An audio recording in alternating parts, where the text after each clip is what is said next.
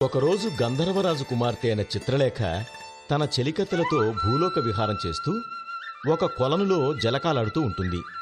ఆ సమయంలో అరుణకేశి మహాముని శిష్యులు అటుగా వెళ్లటం గమనించి, వారు తమని గమనించి ఉంటారనే అపోహతో స్త్రీలు జలక్రీడల్లో ఉండగా అటుగా రాకూడదు అన్న కనీస జ్ఞానం కూడా లేని మీరు జ్ఞానశూన్యులు, బుద్ధిహీనులుగా జీవించండి అని ఘోరంగా ఆ మునికుమారులను శపించింది.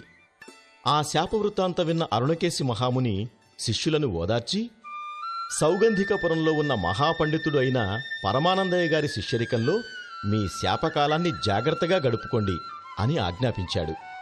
ఆ విధంగా శాపగ్రస్తులైన మునికుమారులు అశ్విని, భరణి, ఫణి, గణపతి, నంది, భృంగి పేర్లతో పరమానందయ్య గారి శిష్యులుగా మారారు. ఒకరోజు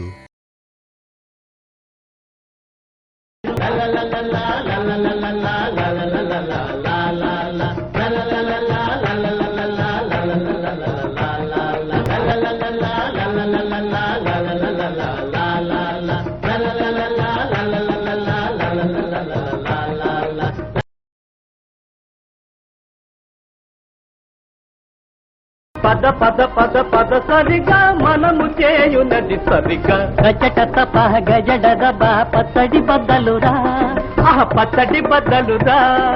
నీకేం తెలుసును కోరా నిమ్మకాయ పులుసురా, దబ్బకాయ పులుసురా. గురువు గారికేమి తెలుసు కొమ్మడికాయ పులుసురా. బడా బడా బడా బడా